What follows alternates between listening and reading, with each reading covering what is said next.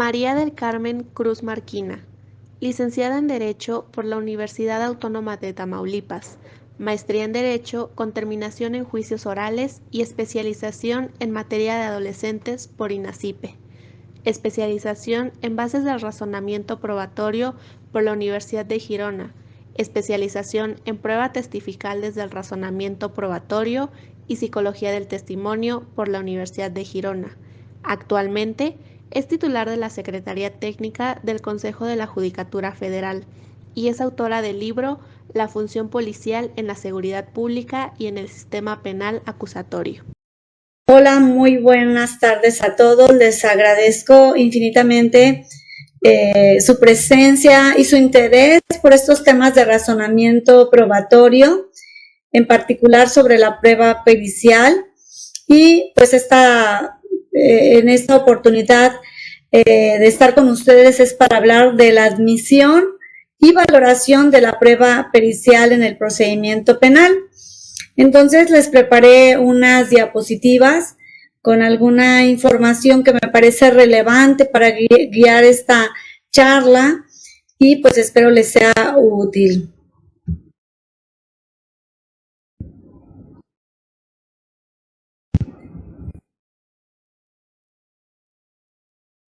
Muy bien, bueno, pues primero ya les expuse ese tema que se llama razonamiento probatorio y prueba pericial, pero en particular su admisión y valoración. Mi nombre pues es María del Carmen Cruz Marquina y esta es la presentación. Pero primero, antes de dar inicio a hablar sobre el tema ya en particular de la prueba pericial, yo quisiera que recordemos, pero muy rápidamente, las premisas del razonamiento probatorio, para que estemos en este canal en sintonía con estas cuestiones tan relevantes del razonamiento probatorio como son estos aspectos medulares. Lo primero que deben recordar ustedes es que para el razonamiento probatorio la finalidad del proceso judicial es la búsqueda de la verdad. Habrán escuchado ustedes que alguien ha comentado en algún momento que la finalidad era resolver, que los procesos judiciales era resolver un problema. Pero para poder resolver ese problema se necesita encontrar la verdad. ¿Y respecto a qué? Respecto a la parte fáctica. Ustedes ya se habrán dado cuenta que para este tema de razonamiento probatorio, la parte fáctica es sumamente relevante. Durante muchas décadas nos enseñaron en nuestra escuela al prepararnos como abogados el tema no menos relevante que es la interpretación de las normas, pero se descuidó por mucho tiempo la cuestión fáctica, es decir, nos enseñaban cómo interpretamos las normas y hacer un ejercicio de subsunción donde si la hipótesis que tengo de hechos corresponde a la hipótesis que esa norma está previendo, pues entonces nada más hago el ejercicio de subsunción y estos hechos con esta norma encajan perfectamente igual. Ahí está resuelto todo. Pero no es así de sencillo. Para entender la parte fáctica debemos comprender que en los procesos judiciales tenemos al menos una versión del demandante, pero también una versión de alguien que se contrapone, que puede ser el demandado o en materia penal la presunción de inocencia o la postura fáctica que la defensa vaya a establecer. Entonces, lo que queremos para poder saber qué norma jurídica se va a aplicar, pues es saber esta verdad sobre los hechos.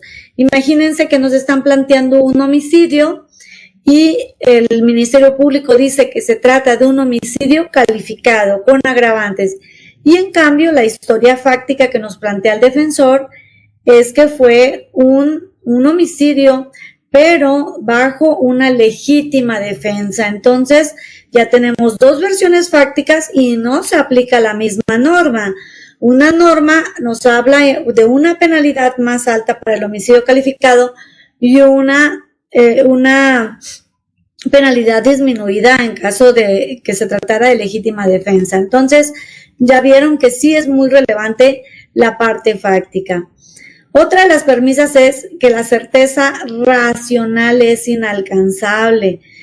No vamos en este propósito de búsqueda de la verdad, a lo que vamos a llegar a una conclusión que se acerque en mayor grado de probabilidad a lo que realmente sucedió. Entonces los jueces no tienen una varita mágica, una bolita mágica, no hay una grabación que reproduzca exactamente todo, y entonces lo que se hace es reproducir en grado de probabilidad aquella información que llegue, que nos acerque a averiguar la verdad de cómo ocurrieron los hechos. Tercera, el concepto de verdad es de verdad por correspondencia, es decir, ya dejamos atrás los conceptos de verdad material, verdad histórica. No, solo hay una verdad, y es que un enunciado fáctico es verdadero sí y solo sí se corresponde con lo que ocurrió en la realidad. Entonces, para que algo sea verdadero es porque así ocurrió en la realidad. ¿Y cómo podemos saberlo? Pues con elementos probatorios que nos hablen de ello. Cuarta, el razonamiento probatorio, por lo tanto, es necesariamente probabilístico. Entonces, ya dijimos que si la certeza racional es inalcanzable, solo nos vamos a acercar a un grado de probabilidad cercano a lo que verdaderamente ocurrió. Y la última es la concepción cognoscitiva de la prueba, es decir, que también al principio de estos temas de oralidad se preparaba a los abogados para hacer discursos retóricos y persuasivos.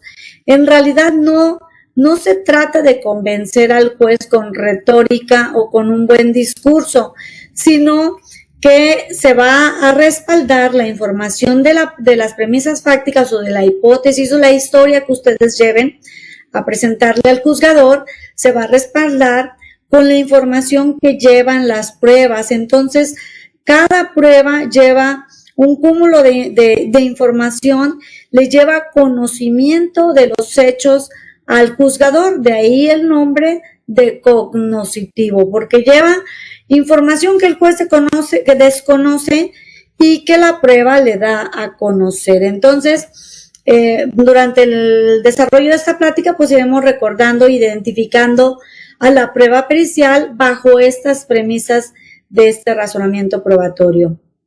Les decía entonces que los fines de la prueba abandona la concepción persuasiva, es decir, no se quiere persuadir al juez para convencerlo y que con esto nos dicte una resolución favorable, porque esa convicción solo sería un estado psicológico del juzgador, y si dictar una sentencia con base a con ese convencimiento a su íntima convicción, pues sería irracional. Es decir, les puedo decir que en mi experiencia como juzgadora, yo puedo ver una primer prueba. Entonces veo en esta primer prueba a una persona que viene como víctima a narrarme una historia que me parece coherente, congruente, la veo llorando, me sensibiliza y digo, caray, parece que esto que me está contando me convence que así ocurrió. No creo que esté mintiendo. Creo que sus emociones son tan fuertes porque así ocurrió tal y como lo está contando. Entonces eso sería convencimiento. Sin embargo, durante el desarrollo del juicio, solo me queda la declaración de la víctima, pero no encuentra respaldo su versión con más pruebas, sino que algunas veces los ministerios públicos descuidan y traen pruebas en relación a la reparación de daño, a cómo ocurrieron los hechos. Sí, definitivamente entiendo y creo que los hechos así ocurrieron, pero no me trajeron prueba para vencer la presunción de inocencia, es decir, para considerar la culpabilidad de alguien, descuidaron esa parte de la prueba. Entonces, yo estoy convencida que los hechos ocurrieron. Sin embargo, no puedo dictar una sentencia condenatoria porque no hay prueba que pueda tener el valor suficiente para vencer la presunción de inocencia. Entonces, con todo y que esté convencida, tengo que dictar una sentencia absolutoria. Entonces, la concepción cognoscitiva ve, como ya les había dicho, la prueba como un instrumento de conocimiento. Es una fuente de conocimiento probable y descansa finalmente como una actividad racional. El hecho de que yo tome de un primer testigo el conocimiento de algo que oyó, después viene otro testigo de algo que vio, después viene un perito que dice lo que analizó y del cúmulo de prueba llega información suficiente para tener por probado el hecho, pero también la participación de la persona señalada como acusado y suficiente para vencer el principio de presunción de inocencia, entonces puedo decir que esa actividad racional de motivación va a poder ser el sustento de una sentencia condenatoria, a contrario del ejemplo que les puse con la sola persuasión. Entonces, esta es la diferencia y esta es, desde ahora ya vayámoslo viendo, aterrizándolo con la prueba pericial. La prueba pericial lo que le va a llevar al juez es un conocimiento que él carece y del cual se va a nutrir conforme esta prueba pericial sea eficiente, ¿sí? Lleve un objetivo pericial claro y lleve información respaldada con un cierto grado de cientificidad en algún momento. Les decía que las decisiones judiciales se componen de una parte fáctica, donde las partes me exponen la versión de los hechos, y una parte jurídica, que son las normas jurídicas que van a aplicarse a esos hechos y que corresponden en su descripción a esos hechos, la famosa quaestio facti y la quaestio iuri. Para que el juez pueda llegar a atender como probada una versión u otra de las que se les plantean, ¿de dónde se va a tomar esa información? Pues de la información cognoscitiva que les llevan las pruebas, y entre esas pruebas pues podemos tener presentes a las pruebas periciales. Hay tres momentos muy importantes por los cuales van a pasar las pruebas, entre ellas la pericial. Primero es el proceso de admisión. ¿Qué requisitos se deben cumplir para que una prueba sea admitida? Que no tenga violación de derechos, que no haya sido obtenida con violación a derechos fundamentales, que se cumplan los requisitos que marca la ley para su obtención, que sea relevante, que tenga relación también con los hechos que estamos planteando, en fin. Este proceso de admisión es para depurar el procedimiento y que no llegue información que contamina al juez y que no puede ser tomada en cuenta.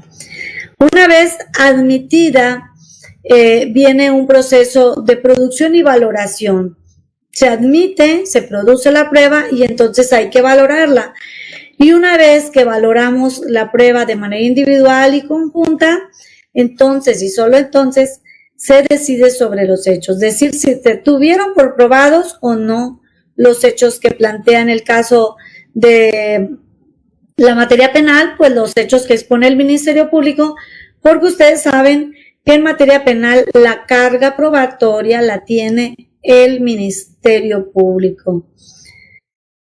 Criterios. ¿Qué criterios tenemos de admisión de la prueba pericial? Bueno, pues aquí tenemos que respecto a la prueba pericial se pretende exigir a las partes que muestren no solo su relevancia, sino también su fiabilidad. ¿Qué quiere decir esto del tema de relevancia? Que la información que aporte tenga relación con los hechos que se pretenden probar o una premisa fáctica. Diferenciemos esto. Cuando plantean los hechos los abogados y si están preparados para la argumentación, sabrán que exponen una teoría completa de qué día, qué hora, qué lugar ocurrieron ciertos hechos y hacen una narrativa. Sin embargo, la prueba pericial no viene a probar todos los hechos, viene a probar una pieza de ese rompecabezas que es todos los hechos. A mí, en lo particular, siempre que me oigan hablar de esto, de las investigaciones, me van a oír repetir esto de las piezas del rompecabezas. Entonces, los hechos se componen de muchas piezas y una de esas piececitas, pongamos un ejemplo, el que yo les planteaba del homicidio, la causa de la muerte.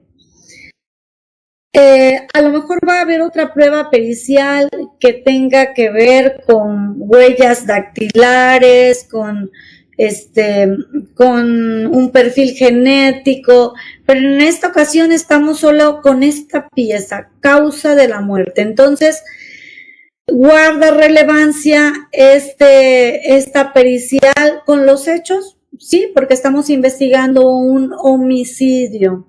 Sí, entonces también se va a requerir, aparte de la relevancia, la fiabilidad, es decir, qué tanto información y qué tanto aporta, genera confianza la información que genera esta prueba al juzgador. ¿Qué grado de confianza merece esta prueba? Si resulta que la prueba pericial para dictaminar la causa de muerte la han ofrecido con una persona que no es experto en medicina, por poner un ejemplo, que en el mismo ejemplo que ya estamos, entonces, pues sería nada fiable si la causa de la muerte no la viene a decir alguien que tiene esta experticia. Otro criterio es que ¿por qué no se admiten todas las pruebas periciales? Pues para evitar la contaminación del juzgador de los hechos y por cuestiones de economía procesal. Entonces, no vamos a recibir, no se va a admitir a cualquiera que quiera dar información concluyente en calidad de perito si la información no es fiable y no tiene el grado de cientificidad que la prueba amerita, como la que les acabo de poner el ejemplo, que definitivamente yo creo que todos coinciden que no hay duda en que se requiere la cientificidad médica para determinar esa causa. A lo mejor no nos da el tiempo para hablar mucho del caso Dover, pero el caso Dover que vino a dejarnos unos criterios de admisión relevantes se deriva de un caso médico que ocurrió en el año de 1984 cuando la familia Dover demanda a la farmacéutica Merel Dow porque pretendían que se indemnizara porque la señora Dover había tenido un embarazo tomando cierto medicamento que había, de acuerdo a la información que ellos tenían, provocado deformidad en sus descendientes. Entonces ahora responsabilizaban que el Bendectin había provocado estas situaciones. Y de aquí hubo un primer momento en el que se decía que esta información no tenía suficiente respaldo científico para afirmar que efectivamente ese medicamento provocaba estas circunstancias.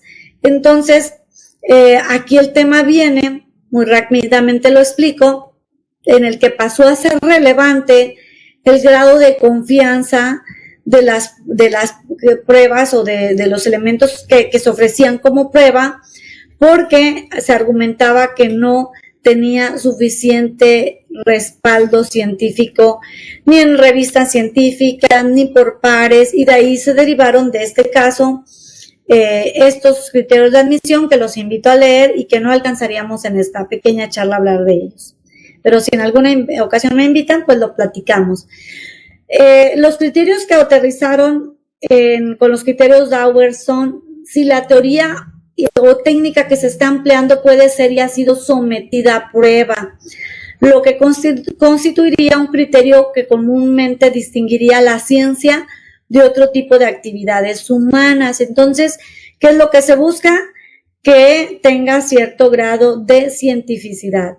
Segundo, si la teoría o técnica empleada ha sido publicada o sujeta a la revisión por pares, publicaciones en revistas o que ha sido pasada por un procedimiento de discusión. A eso se refiere revisión por pares, que hay un congreso médico donde ya se refutaron y finalmente se sostuvieron estos criterios.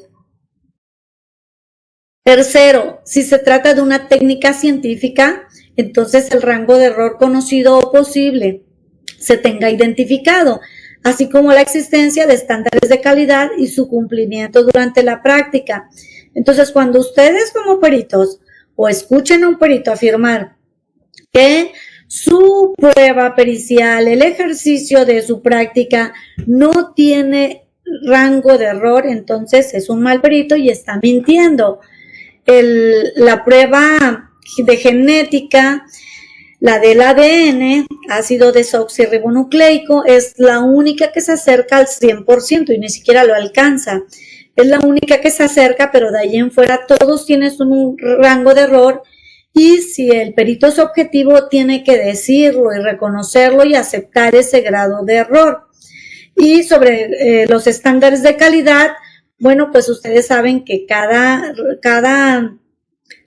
prueba pericial o cada rama científica, ustedes van a encontrar, por ejemplo, en México, la norma oficial mexicana. Ustedes que son peritos, o en su mayoría peritos en psicología, van a encontrar una norma oficial mexicana en materia de psicología, y pues ahí vienen estándares que se hayan establecido en la materia en la que ustedes se involucran o de la cual están tomando atención si se trata de que son abogados litigantes. Otro criterio de admisión que derivó de este caso es si la teoría o técnica cuenta con una amplia aceptación de la comunidad científica relevante, lo cual fue un tema que se discutió mucho en el criterio Dauber sobre el Benedictín en particular. ¿Qué aceptación tiene esa conclusión a la que llega su pericia?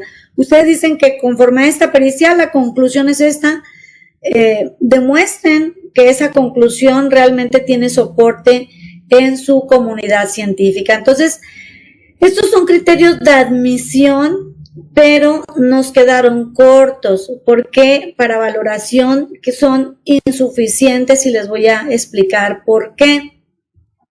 En esta lámina, uno de los problemas más serios que tienen los criterios Dauber en su conjunto es que su satisfacción solo brindaría información previa e independiente a la aplicación de los conocimientos expertos en el caso concreto. Es decir, todos estos criterios, los 4 criterios que acaban de ver, hablan y satisfacen la fiabilidad de la prueba, la experticia del perito, pero no de cómo se elaboró la pericial. Entonces, les puedo decir que puede llegar el perito más experto, con una técnica científica avalada por la comunidad científica internacional, pero resulta que los indicios que recibió eran indicios que ya habían estado manipulados, que no traían cadena de custodia, que eran incompletos. Entonces, de nada nos serviría esta admisión, que pasó las pruebas de admisión, los 4 criterios que platicamos, pero al desarrollar la técnica, pues no fue falla del perito propiamente, o sí es que no es sincero en decir que la información que le dieron está incompleta. Y entonces, si ustedes son abogados litigantes, pues este es un área de oportunidad para decir la conclusión a la que llegó no puede ser atendida, porque a pesar de la experticia del perito y de la técnica empleada, la información llegó incompleta. Entonces, esta es la pregunta que se tienen que hacer peritos y litigantes para el tema de prueba pericial. Háganse esta pregunta, además de los 4 criterios Dauber que ya acabamos de ver. ¿Qué información relevante se le brindó al perito para que realizara su pericia? Y les cuento muy rápidamente que yo, como Ministerio Público, tuve un caso así en el que los libros que yo había leído para hacerle, como yo era Ministerio Público y quería contrainterrogar a los peritos de la defensa, los peritos de la defensa eran exactamente los autores de los libros que yo había leído. Entonces yo me veía a esos peritos como un gigante, y alguien me había dicho, creo que esto no lo aprendan, por favor. Alguien me dijo en algún curso que no debemos pelearnos con el perito no debemos pelearnos con el marrano. Era la frase que escuché, así lo dijo el maestro, porque nosotros no éramos expertos en esa materia. En este caso, mi pericial con la cual yo iba a contrainterrogar era antropología, de la cual pues conocía muy poco, casi nada o nada. Entonces, se pueden decir, si me están viendo litigantes, pero ¿cómo voy a interrogar a un antropólogo que es doctor honoris causa, que ha escrito los libros que yo apenas estoy leyendo para empaparme? No minimicen su trabajo. Es muy relevante esta lámina que tienen enfrente. Por supuesto que mi contrainterrogatorio no fue conforme para la ciencia que ellos dominan y con la que me habían aconsejado mal, que me iba a ensuciar porque ellos eran expertos y yo no. No, mi contrainterrogatorio fue tendiente a qué información habían recibido estos 5 doctores causa, doctor honoris causa, con libros escritos sobre la materia, pues que la información que recibieron venía incompleta. Así de sencillo, y al final en la valoración se dijo eso, que no se podían atender porque la información que recibieron estaba incompleta. Entonces, ven que sí nos podemos pelear, valga la expresión pelear, o valga esa expresión rápida de pelear, pero sí podemos hacer una debida defensa, si es que ustedes lo ven de esta manera, defender esta información que no debe atenderse, o la que sí debe atenderse, o la que no, de acuerdo a la posición del rol que ustedes están haciendo, sean en ministerios públicos, defensores.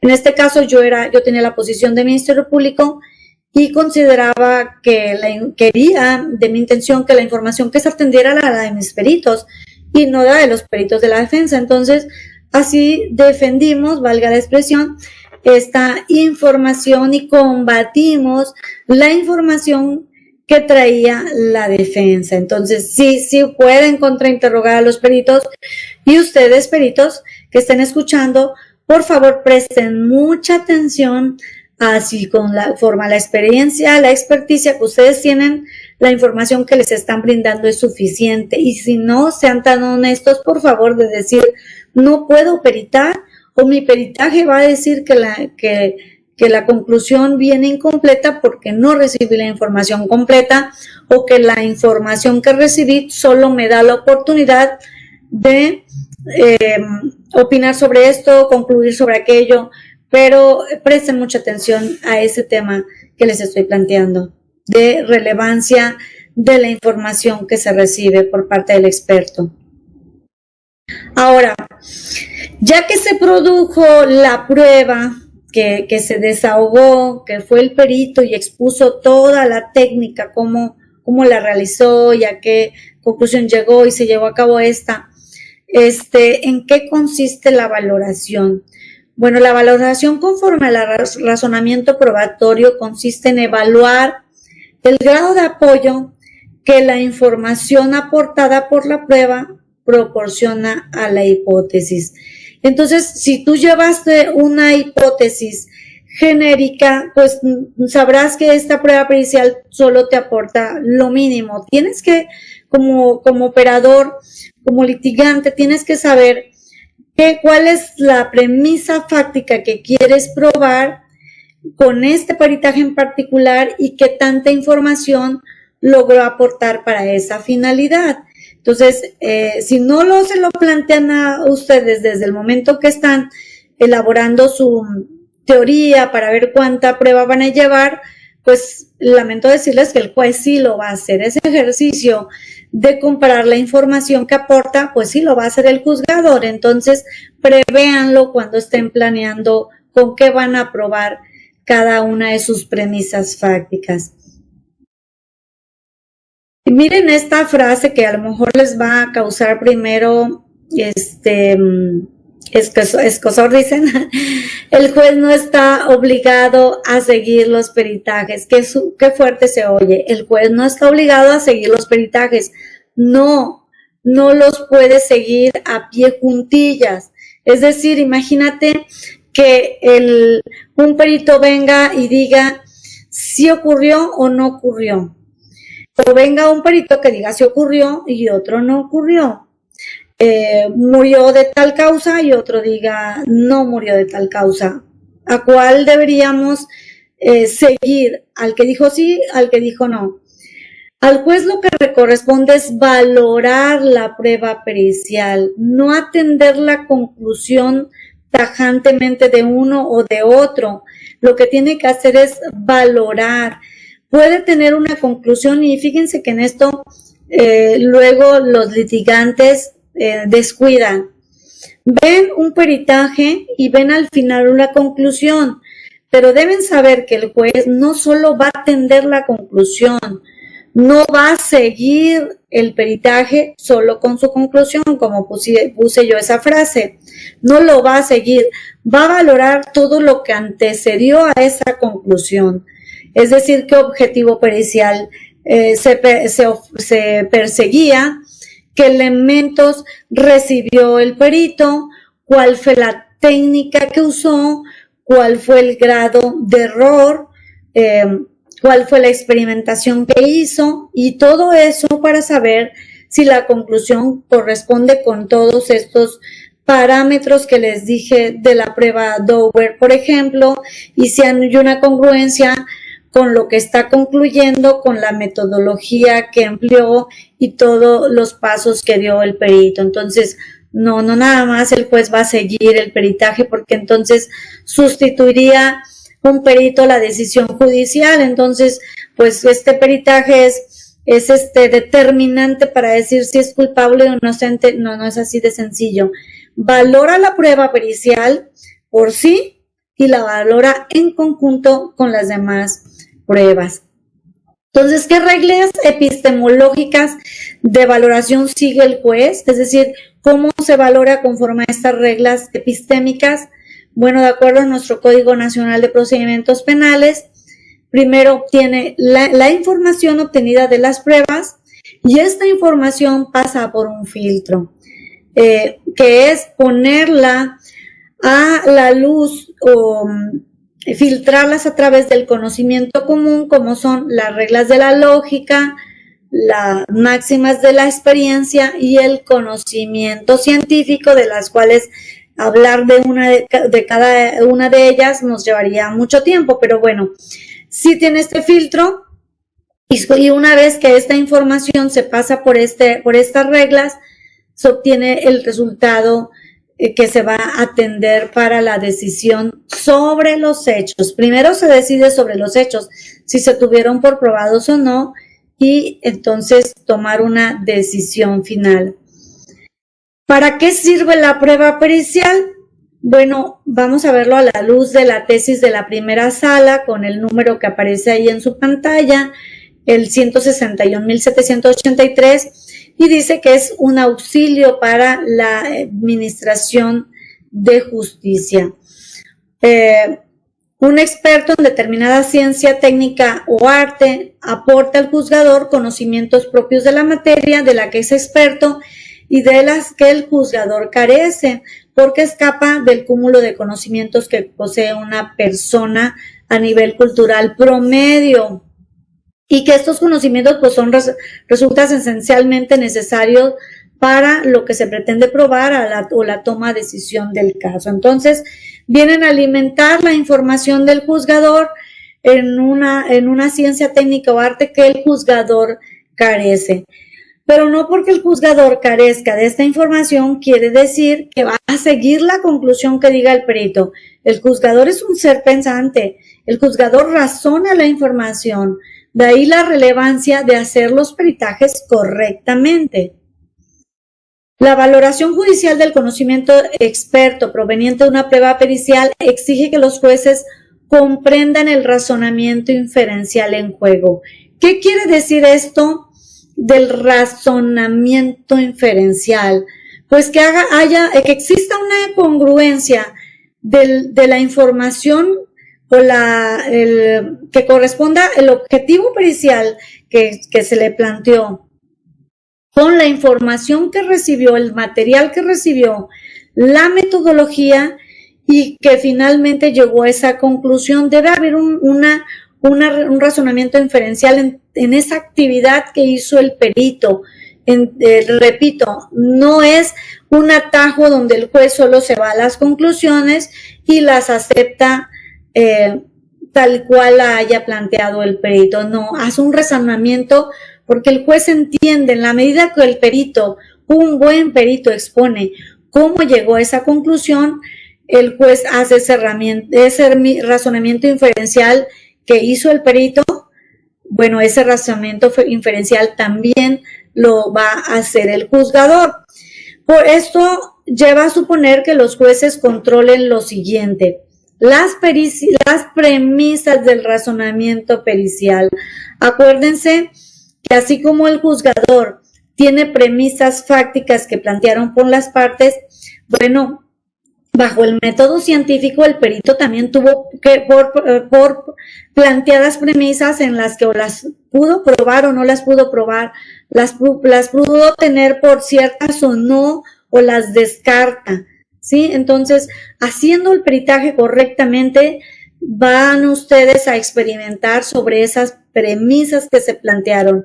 Si murió de asfixia o no, o murió naturalmente, o murió ahogado, o fue esa información, es una premisa, entonces la va a comprobar, quedó comprobada o no esa premisa. Las inferencias que se hacen a partir de ellas, por ejemplo, si me dice, bueno, es que murió de causa natural, ¿por qué? Porque no se encontró alteraciones en tal y cual órgano que suponen van derivados a un homicidio en riña.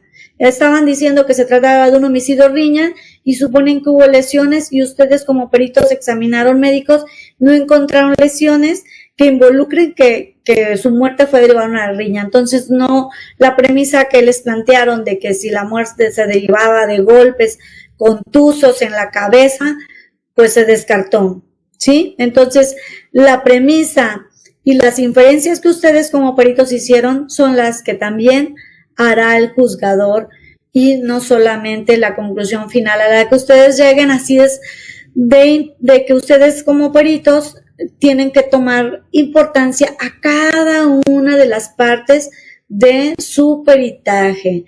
No se concentren solamente en una de ellas y peor aún, no se concentren solamente en las conclusiones.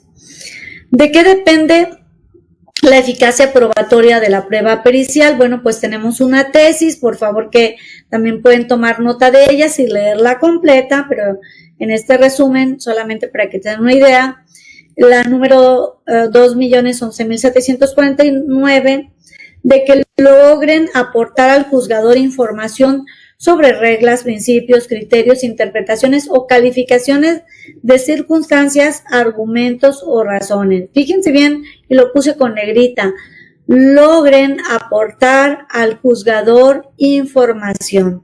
¿Se acuerdan cuando comenzaba la charla que les decía que tiene la prueba pericial vista desde el punto de vista cognoscitivo?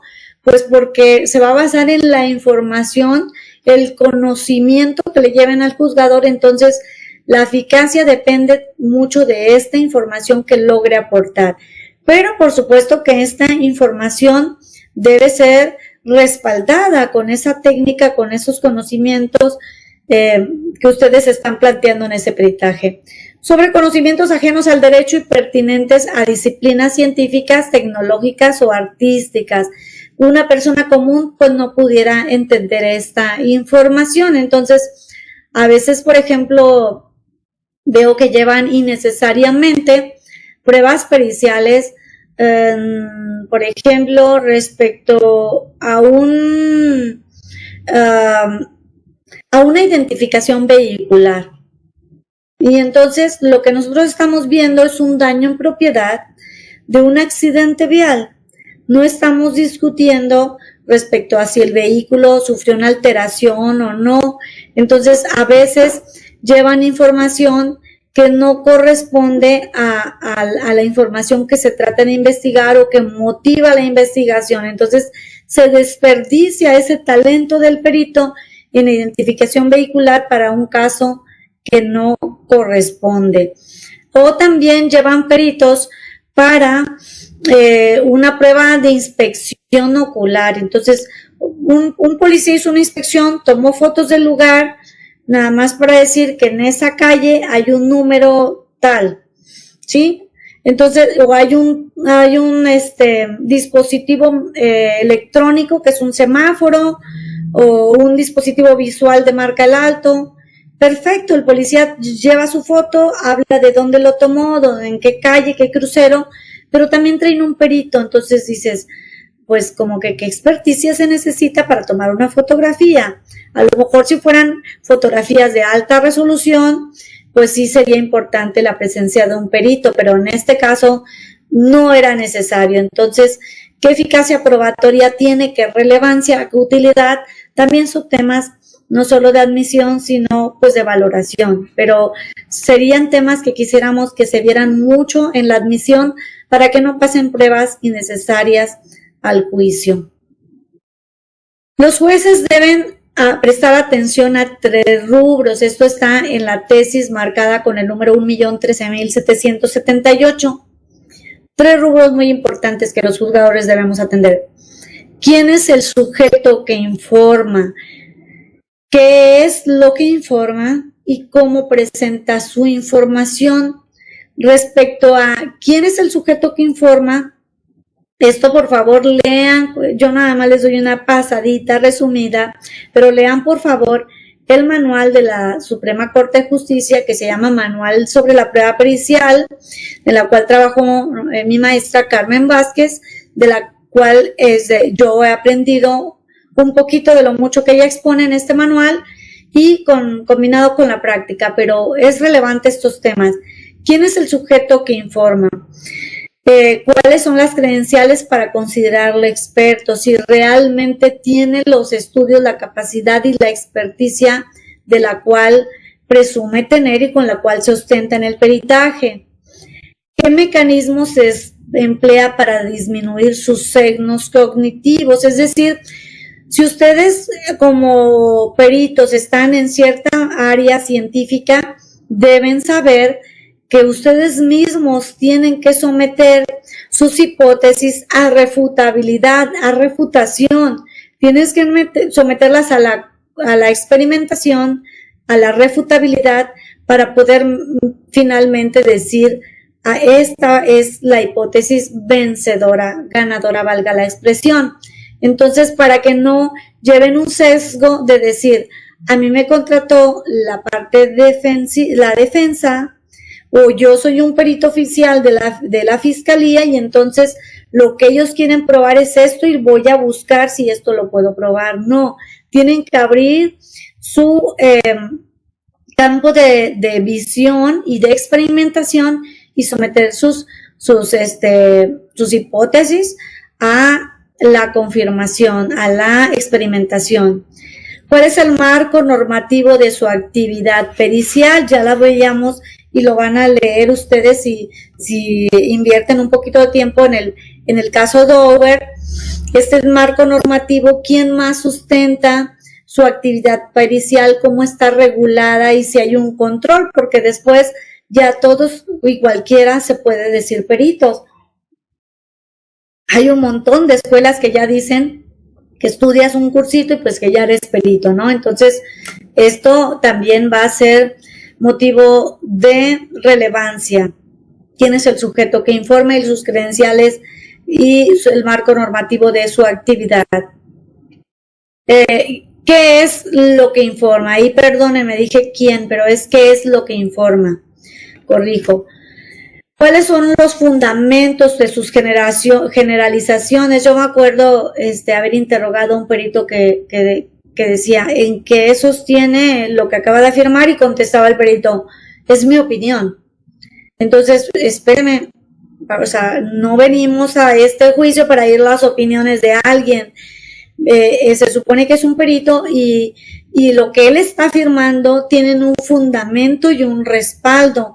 Entonces, si los que me están oyendo en este momento hay litigantes, pues créanme que es una buena oportunidad para interrogar en este tema. de dónde viene la conclusión a la que llegó, y muchos dicen que es opinión. No, ¿de dónde? ¿Cuál es el fundamento de la generalización que acabas de rendir en esta información dada? ¿Cómo ha aplicado esa información generalizada? ¿Cómo la ha aplicado su caso concreto? Y si con esa información llegó a justificar la hipótesis de acuerdo al objetivo planteado, ¿sí? Se planteó un objetivo y si se refutó y se comprobó o no.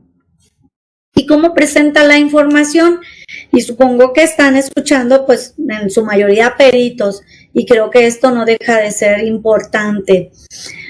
¿Cómo presenta la información? O sea, ¿cuánta información contiene el dictamen pericial? Porque muchos, fíjense lo que hacen, copian y pegan. Ahorita con esto de la tecnología, yo me puedo meter a Google, y se acuerdan que les dije que de esos libros, siempre como litigante, porque fui Ministerio Público, pero tenía el carácter de litigante ahí en la audiencia, me tenía que dar a la tarea de leer la información, sí, de la ciencia que fuera, sobre el perito con el cual me iba a enfrentar, o sobre el cual el perito yo pretendo probar algo. Entonces tengo que estar leída de esa información.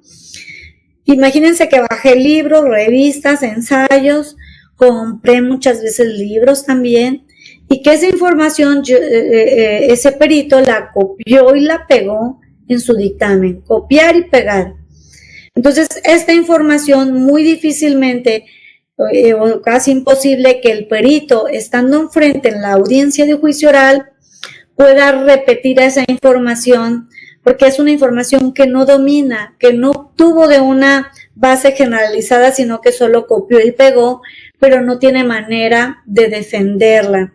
Entonces hay que ver que no nada más se trata de copiar y pegar información múltiple, sino también que esta información sea relevante, útil y pertinente de lo que está hablando, y que sea concisa y precisa, útil para la hipótesis que está sometiendo a prueba. ¿Cuánto responde a las preguntas que interesan al juicio oral? En su exacta dimensión. No se trata de que con un peritaje se va a acreditar o no la responsabilidad de alguien, la culpabilidad de alguien, o si el hecho lo cometió o no lo cometió, no. La pregunta que interesa al juicio oral es esa premisa que se estableció como objetivo pericial: determinar la causa de la muerte. Por ejemplo, la información que pusieron ahí es relevante y es capaz de dar una respuesta, ¿sí o no? Eso contéstenselo ustedes, los peritos, cuando estén preparando la información.